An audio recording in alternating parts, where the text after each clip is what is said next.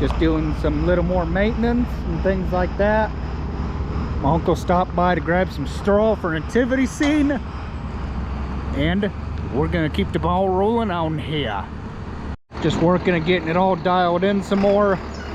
We wanted to take the bushings that we would use for the ripper, and we put the bushing, we're gonna put the bushings in here to take up the slop on those pull arms, so that when you plant corn, this thing does not do this going down the road. It stays nice and straight.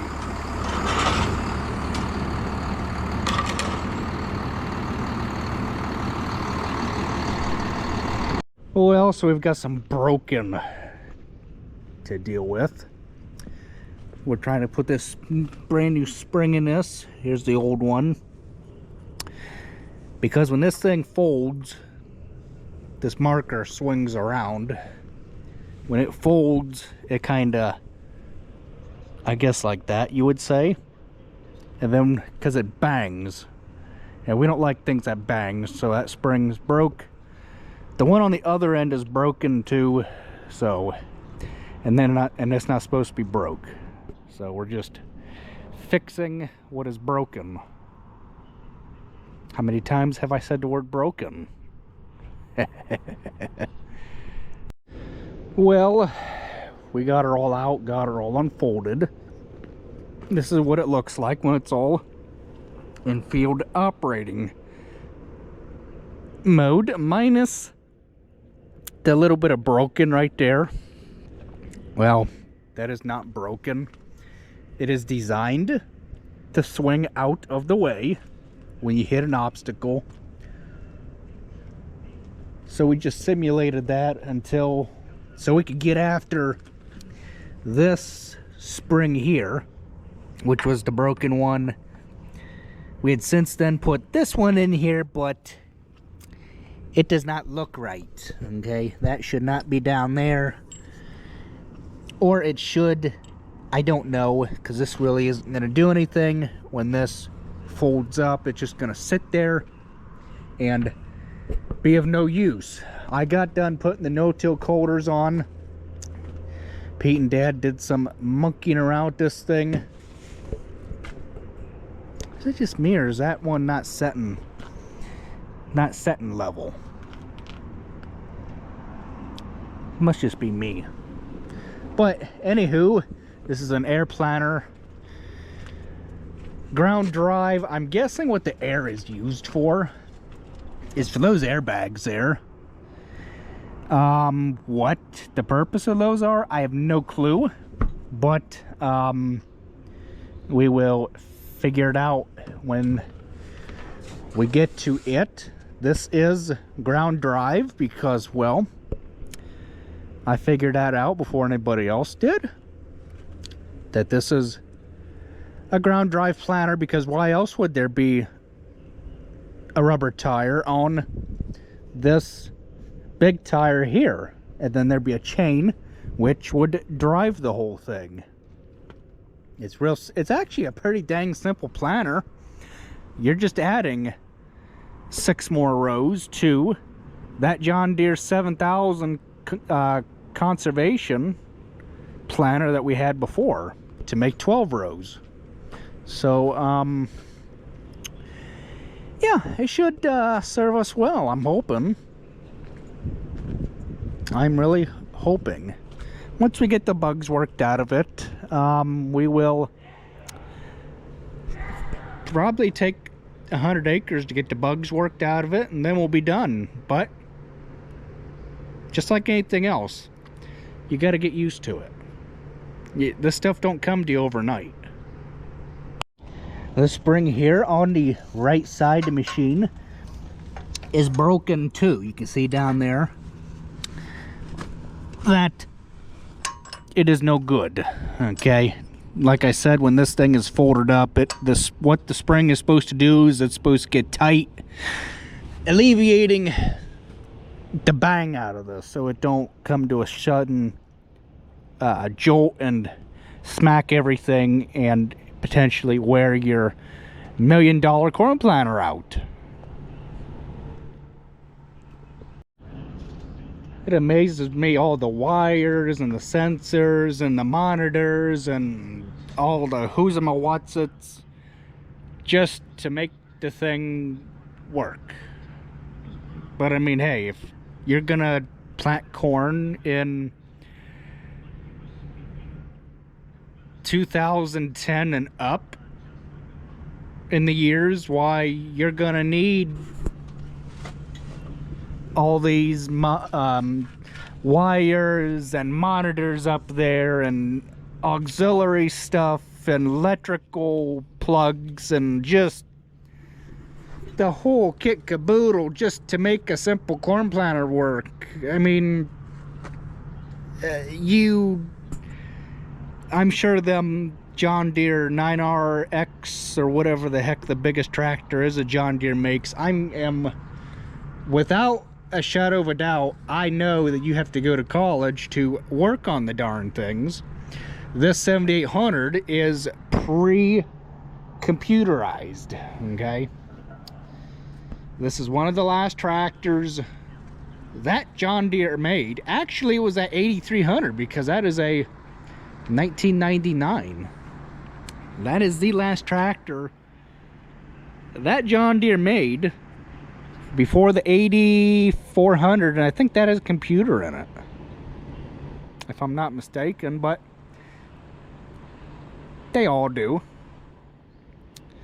I mean, that 8300, you're just pushing a knob, or a knob about like that, and it's actually controlling a computer.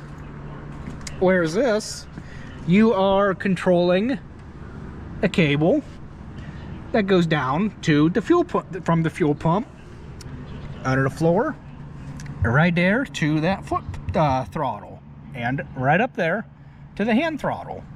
You are controlling a cable that goes under the floor, okay, and then stakes its way up through the dash air and then to your hand throttle.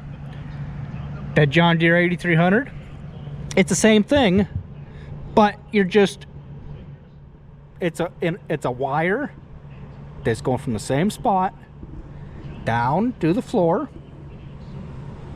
to your fuel pump, and then instead of there being a rod with a wrench type screw, there is a connection where you would plug two ends together to make a connection, and then all you're doing up in a cab is you are just controlling that computer in that engine by that wire that is up there, just sending electric current from the throttle when you hit that hand throttle to the computer on the engine.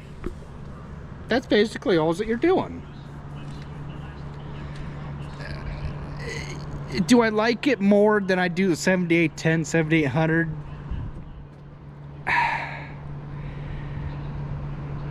Honestly, I haven't had much experience with an 8300 full power shift.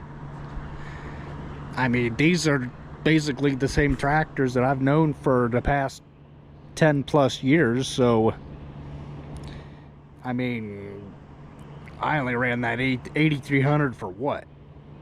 Not even 100 hours? I mean, I don't know. Am I starting to like it just a wee little bit? Yeah, there's some things that takes getting used to, like backing up. You know, you don't have a foot throttle. But, I mean, it's minor. I'm sure it's something in the computer that you can change. That when you go through all the reverse gears, it does not rev up like it does when you have the hand throttle at idle. But, hey, it is what it is. Just a couple of dumb farmers who don't know what springs are supposed to do on corn planter markers. But that's why it's called trial and error. Even though the monitor up in a cab there says no guidance, that tractor is not guidance ready. But we can still plant corn. We don't have, well, we're missing a couple of things, but it is what it is. It's still gonna plant corn.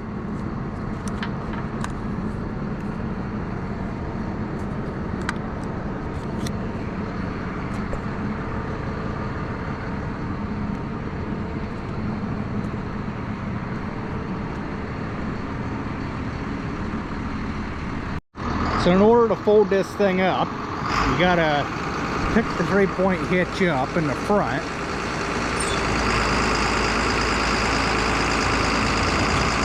Or I guess we're not going that route yet. We still need to do some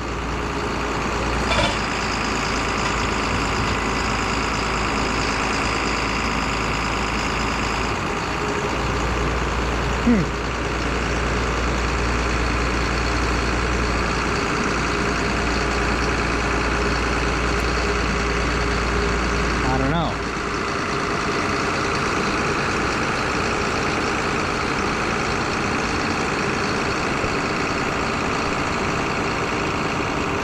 I have no clue. I don't plant corn, I don't plant beans, I just do the tillage work.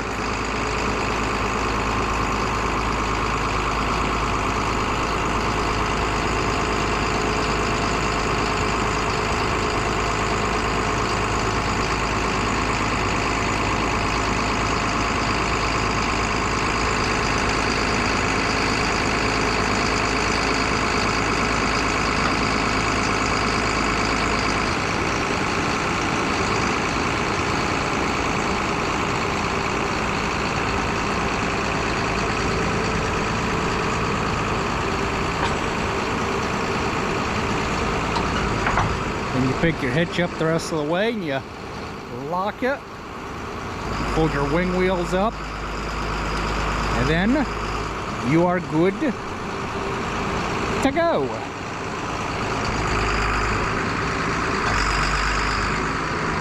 That's where we will end this video. We'll catch you guys in the next one. I better get up there and watch him before he makes a secondary entrance to the shop. We'll catch you guys in the next video. Thanks for watching.